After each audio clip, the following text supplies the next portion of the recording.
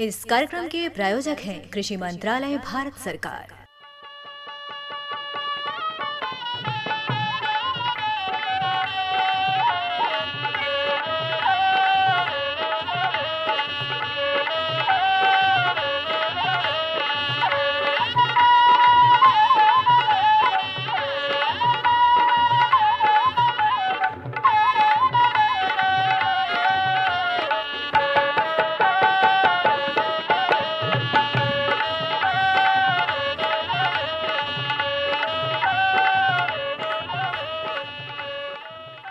भैया बोला जय जवान जय किसान और जय विज्ञान। भोला भैया, हाँ बता सब बहन। और देखें हम लोगन अपने किसानवाड़ी बैठकी में समय से जुट गईली जा।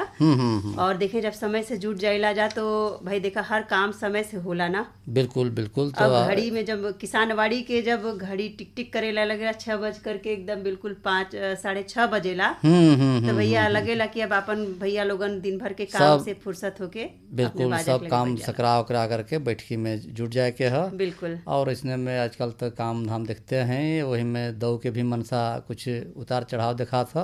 हाँ भैया, दऊ के माया कहीं धूप कहीं छाया बाटे। लेकिन भैया ये जौन मौसम में बदलाव हो रहल बा कहीं ना कहीं हम लोगन कहीं करनी का फल हम लोगन खुद भुगत है, परेशानी के झेलत है। बिल्कुल बिल्कुल। लेकिन अगर चाहे भैया तो हम लोगन ई परेशानी से बच सकेला जा। भाई होला ना कि कल की ठोकर लग जाला तो संभरे खातिर तो भाई हम लोगन कोशिश करल जाए कि जैसे ई पर्यावरण बदल रहल बा तो पर्यावरण के ठीक करे खातिर के ओके अनुकूल का हो सकेला ऊपर विचार करल जरूरी बा। और सबसे महत्वपूर्ण इस समय जौन फसल तैयार होन ओमे जो बचौले के आवश्यकता तो हले है, लेकिन जैसे क्षति हो जाला तो एकरे खातिर आदमी जौन बाकी बीमा भी कराला फसल के। बिल्कुल। लेकिन बीमा वगैरह करावे के खातिर भी सबसे महत्वपूर्ण जौन बाकी जौन जानकारी होकर जरूरी हो हमें तबे प्राप्त कर सकल आदमी जब रजिस्ट्री हुई, जब दस्तावेज भी रहे कि जरूरी बा भैया। फार्मर रजिस्ट्री अगर आपके हुई है तब जाकर के आप ओकर दावेदार कर सके हैं, ओकर फार्म भर सके हैं, बीमा करा सके हैं। तब भोला भैया मान लो जैसे नौधा किसान भैया लोगन हुआ तो अगर चाहत हुआ कि मतलब हमें में भागीदारी बनी अपन रजिस्ट्री कराई तो ओके खातिर का करे के पड़ी हो। देखा हम के कुछ जानकारी थोड़ा बहुते में ना बा। सबसे महत्वपूर्ण बात तो ये है कि आप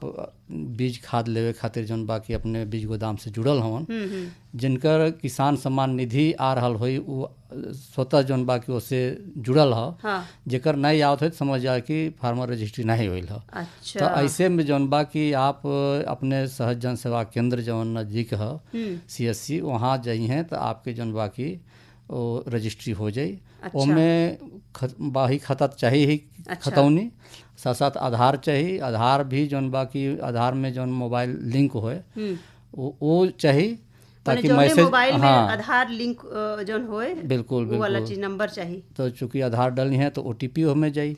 OTP आप बताई हैं तब जा करके आपके रजिस्ट्रेशन हो पाई होकर फार्मर के। बिल्कुल। तो एक खातिर जब रजिस्ट्रेशन हो जाए तब जा करके आपके जितना भी किसान संबंधित लाभ लेवल चाहिए वो लाभ मिले। तो अलग अलग जौन भी योजना बिल्कुल बिल्कुल, चाहे किसान सम्मान निधि जौन मिल रहा बा 2000 रुपया हर 4 महीने में जनावत। हाँ, अगर आप न करी हैं तो फिर अगला किस्त से मिली भी नहीं। बिल्कुल बिल्कुल। और ओके भैया अपडेट भी करावल जरूरी बिल्कुल बा। बिल्कुल समय समय पर ओके जा करके केंद्र पर एके अपडेट करावल मतलब कि ओके नवीनीकरण एक तरह से होला। तो भैया बहुत अच्छी बात बतौलन। हाँ, तो ये अपन किसान भैया लोगन के हमेशा ध्यान में रखे कि भैया पैसा मिलता तो भाई हम ओकरे खातिर के कुछ तो भाई हम लोगन के करल जरूरी बा। बिल्कुल। और इस समय जौन खेती किसानी हो रहल बा तो आप देखते हैं। बिल्कुल। और वो में जैसे केहू तरीके अगर फसल काट करके अपने खरिहान से कोठिला तक भितरावे के जुगत मिल गई है तो भंडारण सही से हम लोग करें।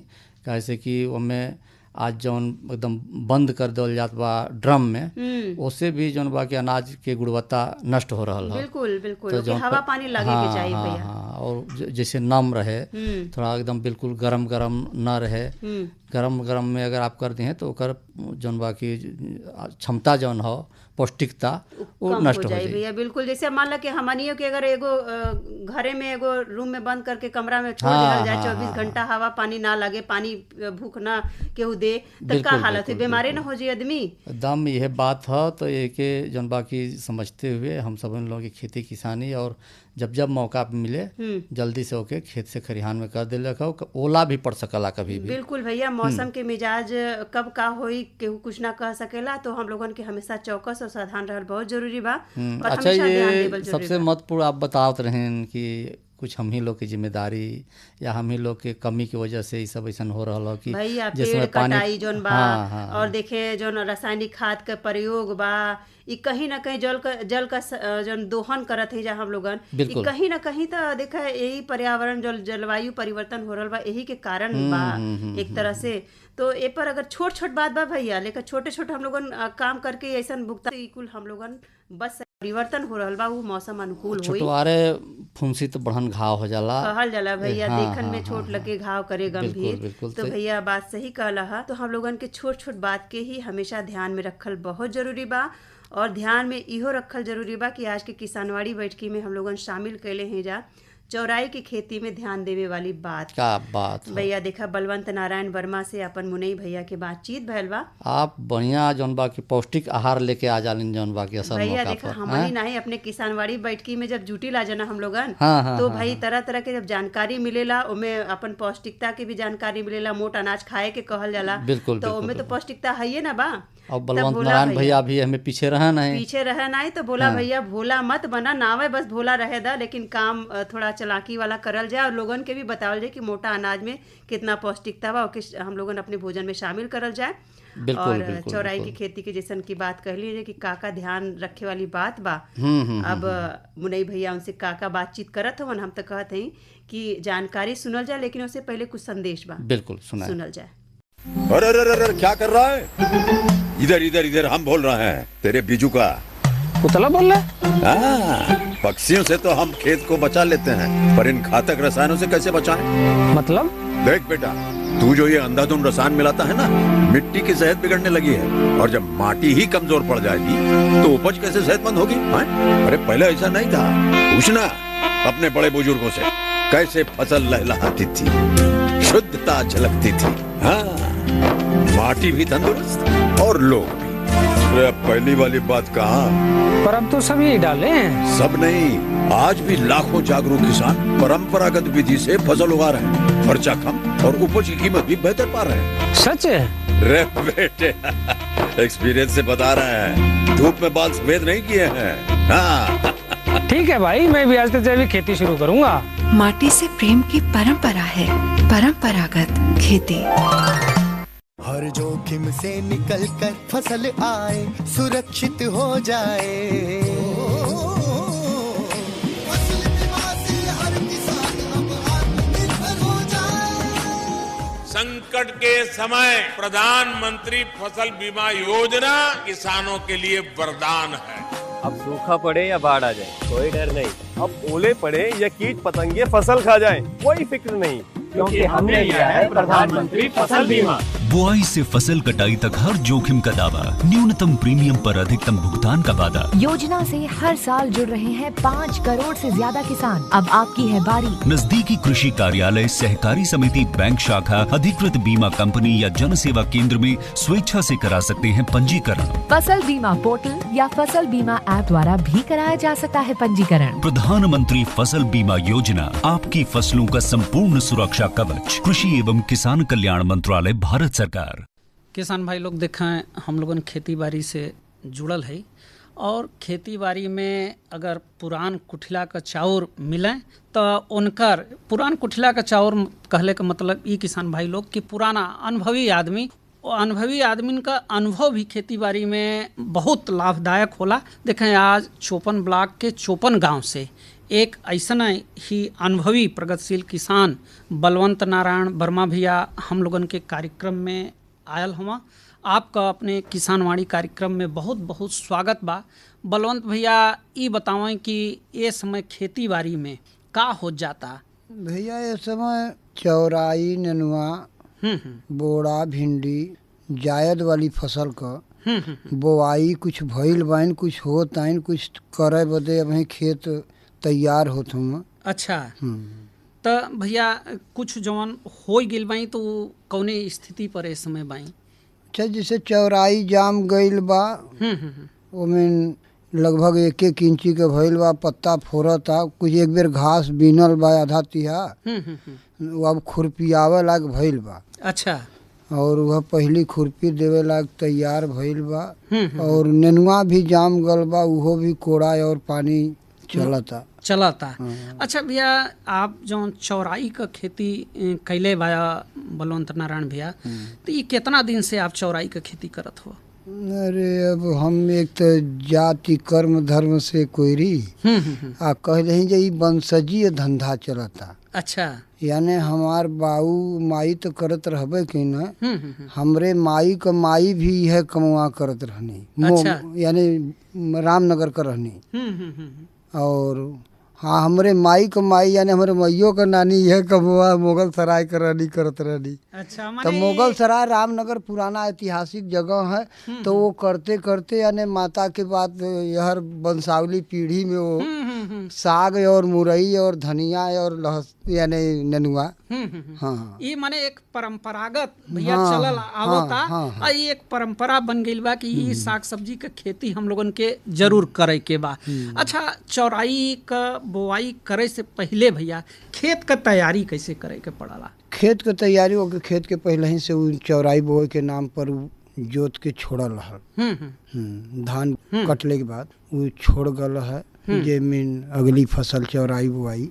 तो जोताई कोड़ाई कैसे? हाँ, तो ओकरे पहले ही वो जोत गल बा, कोड़ गल, ओकरे बाद पलेवा भयल, फिर तैयार भयल। तो वो समय ओके जोत बना के कियारी बना के और ओकरे कियारी बनले पर वही में चौराई के बिया बहुत महीन महीन बालू नियर होला। तो वही में अगर 25 ग्राम चौराई के बिया बाद तो 1-1 किलो बालू में झर के और ओके फिर आधा बिस्सा में छीटे के बाद लगभग।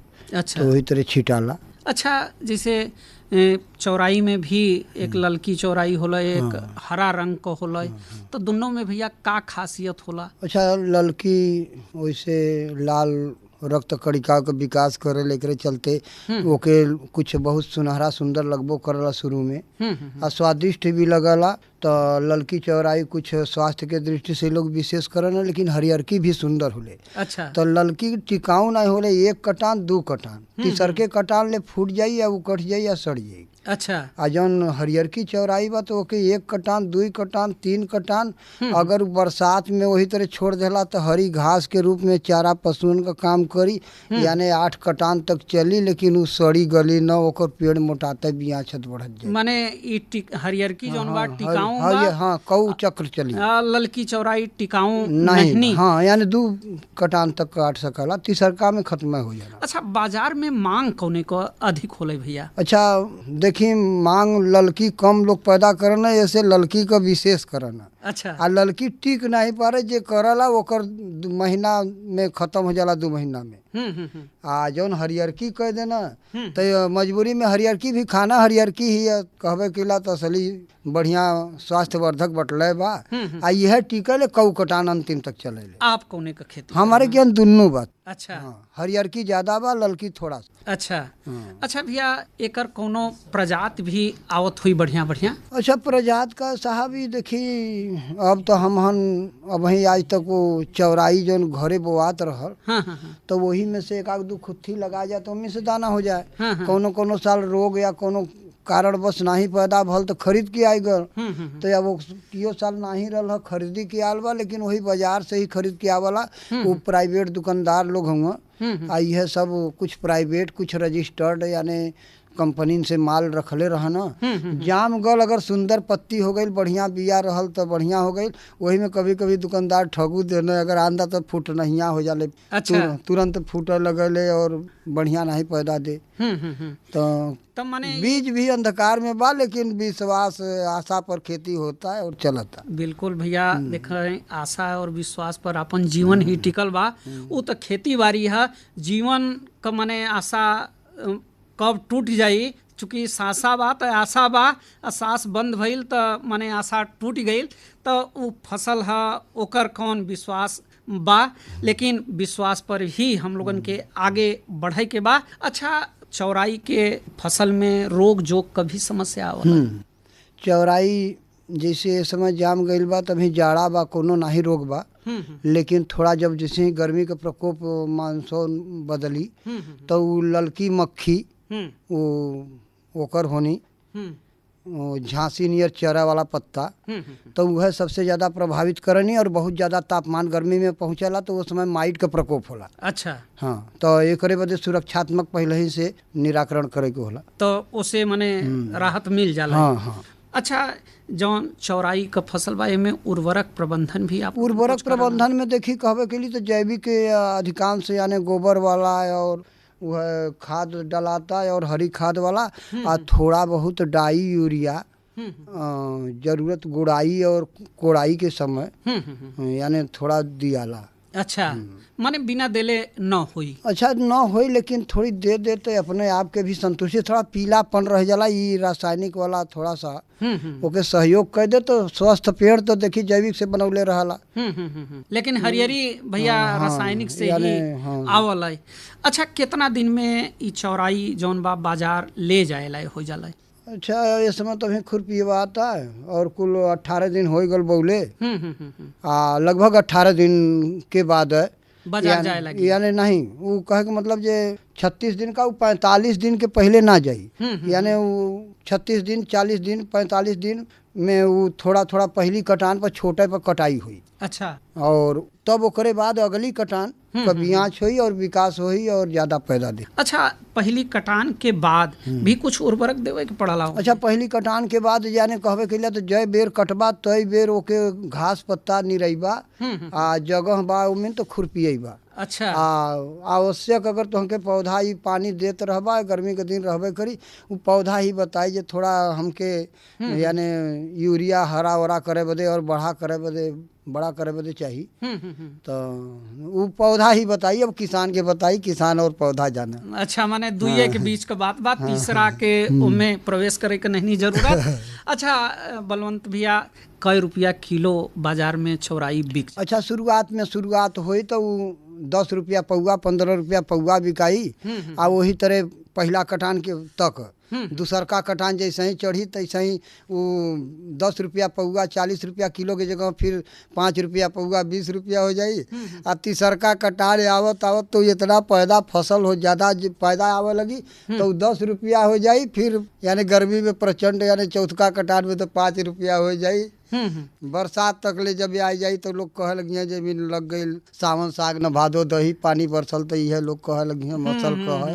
बिल्कुल, कहावत लगा न कहे कि सावन के महीना में साग न खाए के चाहिए। अच्छा, खर्चा बर्चा कितना गिर जात हुई भैया आपका? अच्छा, देखिए चौराई के फसल में कोई ज्यादा पूंजी के आवश्यकता नहीं बा, बहुत नाम मात्र के पैसा बीज में लगना बा। उमें शारीरिक श्रम बा, ओकर श्रम में वह बा जे समय से गुड़ाई, अच्छा, और घास निराई। खर्चा बर्चा कटले के बाद कुछ बचत हो जाला? हाँ, बचत तो चौराई में कहला जे जौन शारीरिक श्रम बा वही के जौन कुछ पूंजी लगल बा वह पूंजी और ओकर लाभ भरपूर मिलला। पूरी गर्मी में अगर जितना सुंदर नेनुआ और चौराई पैदा दे देला, दरिया बाजार रहले के नाते ओकर अनुभव बा। दूर वाले तो भाई लिए हैं तो उनकर खराब हो जाला, नेनुआ रगड़ाई जाई आ चौराई मलाई जाई। लेकिन नजदीक हमन का बाजार बा, चौपन गाँव बा, चौपन बाजार बा, वो बड़ा बाजार बा, दरिया जैसे ओकर लाभ लिया था हरी सब्जी का। दूर वाले किसान अपन दूसर फसल करना। ये सब्जी स्वयं आप मंडी में ले जाए कब बेचा न बैठ का भैया? हाँ, बाजारी में जाई वही जहाँ जैसे अगर कम मार्केट में माल बा तो तौलाव वाले खरीदे वाले जल्दी ले ली हैं और बेचे ही न दी हैं। आ जब ज्यादा हो जाला तो बिकबे नहीं करे, बैठ के जोहत रहा, खड़ा होके ताकत रहा, यानी कब ले गाहक है कब बिकाई। हाँ। तो माने बेचे में भी कभी कभी समस्या शुरू में जब 40 रुपया बा तो यानी कोई समस्या नहीं बा, जब 4 रुपया हो जाले तब इंतजार 8 बजे रात ले करे के होला। बिल्कुल भैया। अच्छा, चलावत आप अपने किसान भाई लोगन से का कहल चाहिए अपने अनुभव के आधार पर? देखिए, समस्त किसान भाई अपने अपने खेती में काम करते बान, अपने स्तर से करते बान। वैज्ञानिक सलाह सुझाव आकाशवाणी प्रसार भारती के मातहत और वैज्ञानिकन का सुझाव और कृषि विशेषज्ञन का सुझाव लेते हुए आप लोग अपना खेती बाड़ी, हमारा तो देश इस समय बहुत तरक्की कर रहा है, आत्मनिर्भर बनने के साथ साथ अभी दूना चौगुना की भी बात हो रही है, तो उसमें सभी लोग जागरूक बने और अच्छी खेती करें। धन्यवाद। बिल्कुल बलवंत भैया, आज अपने किसानवाणी कार्यक्रम में आई ना और इतना बढ़िया अपने अनुभव का बात साझा कैलन, एकरे बदे आपके बहुत बहुत धन्यवाद। बतासा बहन, हाँ भोला भैया, कितना बढ़िया संदेश से पहले बलवंत नारायण वर्मा भैया के बातचीत होते रहे चौराहे की खेती के बारे में। बिल्कुल। और इनका कहना कि जौन बाकी हमारे पूर्वज से हमारे माई तक जौन बाकी ये चौराहे की खेती करत आवत रहलन भैया, वही के कहल जाला पारंपरिक खेती। हाँ, पुरातन खेती। और पुरातन खेती के मतलब कल पुरातन ज्ञान के आधुनिक विज्ञान के साथ जोड़ के अगर खेती करल जाए तो सोने पे सुहागा ही होला। बिल्कुल। और मुन्नई भैया भी फरिया के पूछलन बतियलन।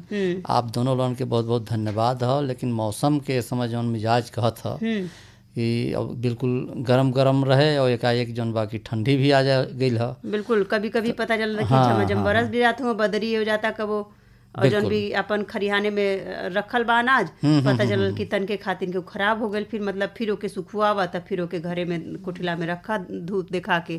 तो धूप भी दिखावे खातिर जब 33 डिग्री सेल्सियस हुए तब ना आज के अधिकतम तापमान 33 डिग्री सेल्सियस बतावल गया है और न्यूनतम 19 डिग्री सेल्सियस। बिल्कुल। तो भैया ऐसे ही लगातार रहे तब तो थोड़ा सा अपन अनाज के थोड़ा सा घाम में दिखावल जा सकेला। हाँ। तो और इसमें सबसे महत्वपूर्ण बात की जौन बाकी अपन मौसम के देखते हुए और तापमान के देखते हुए खेती किसानी में ध्यान दे लायक बात हो, ताकि जौन बाकी अच्छा हम लोग के जौन भी फसल लगल है ओकर हम लोग संग्रह करके भंडारण तक पहुंचा सकी।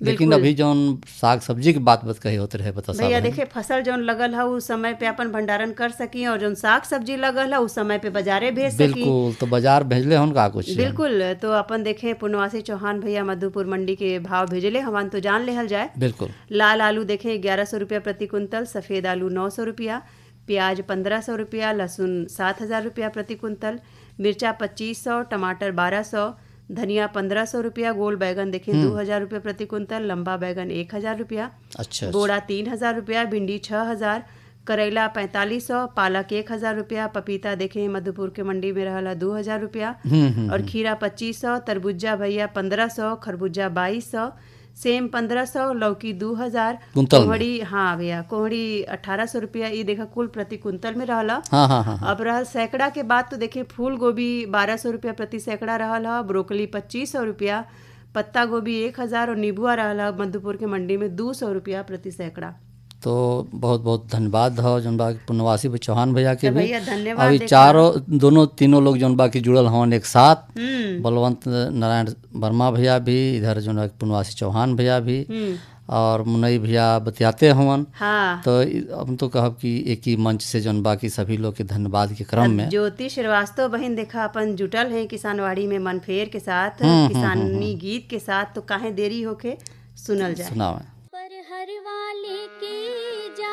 की सनवा कन्हवा पर हर वाले की जाला की सनवा हो, बैलन की संग में हकाए जी, बैलन की संग में हकाए जी।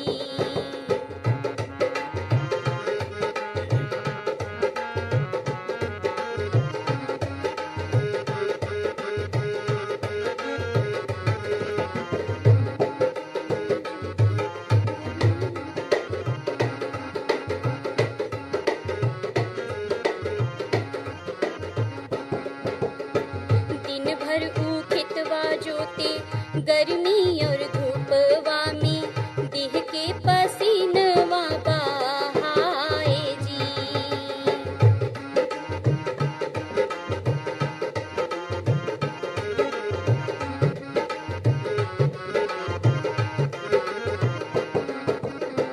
धरती के सीना चीरे हरवा के फरवा से, धरती के सीना चीरे हरवा के फरवा से, एक एक दानवा बोवाए जी, एक एक दानवा बोवाए जी।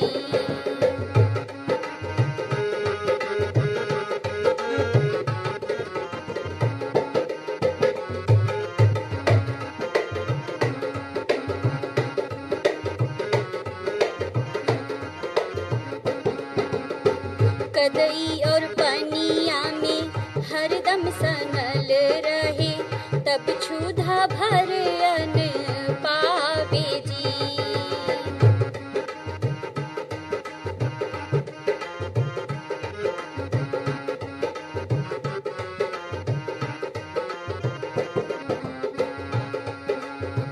कदई और पनिया में हरदम सनल रहे, तब क्षुधा भर अन्न पावे जी।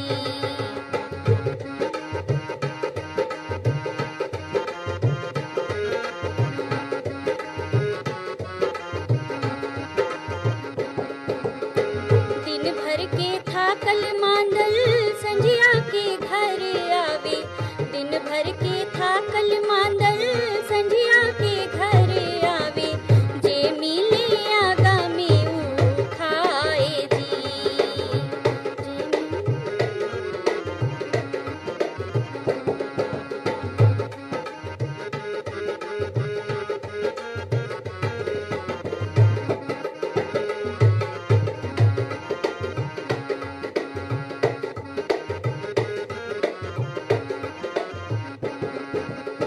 धन दौलत रुपया पैसा कितनो कोई जमा करे, बिन अन्न जियल नाही जाए जी।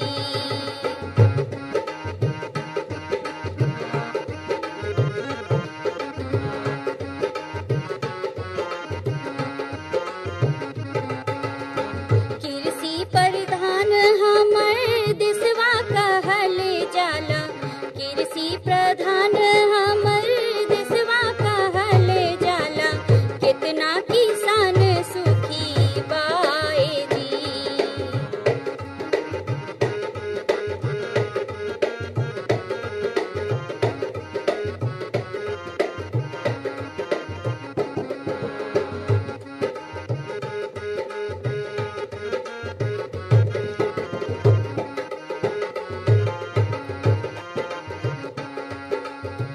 जब तक मेहनत वाके सही ना आकल जाई, दूर नहीं होई है बलाए जी।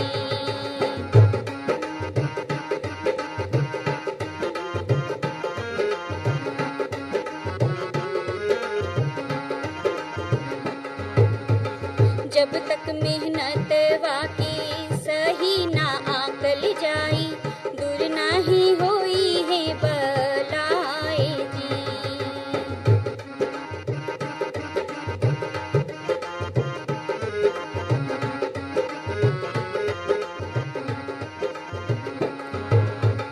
कन्वा पर हर वाले की जाला की सनवा हो, कंधवा पर हर वाले की जाला की सनवा हो, बैलन की संग में हकाए जी, बैलन की संग में हकाए।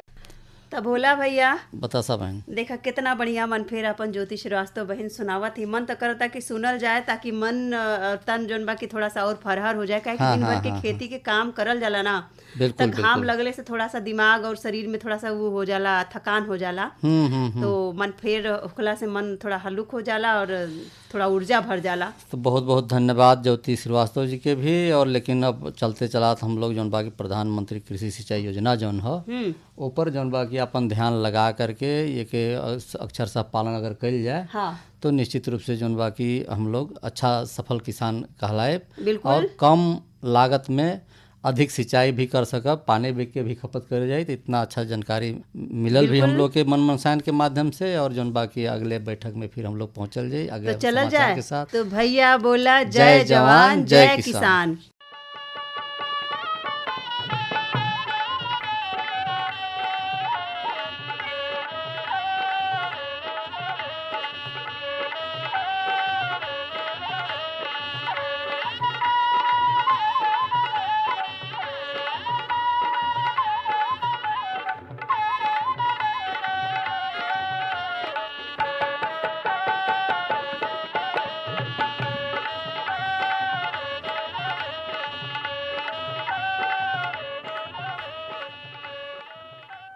इस कार्यक्रम के प्रायोजक थे कृषि मंत्रालय भारत सरकार।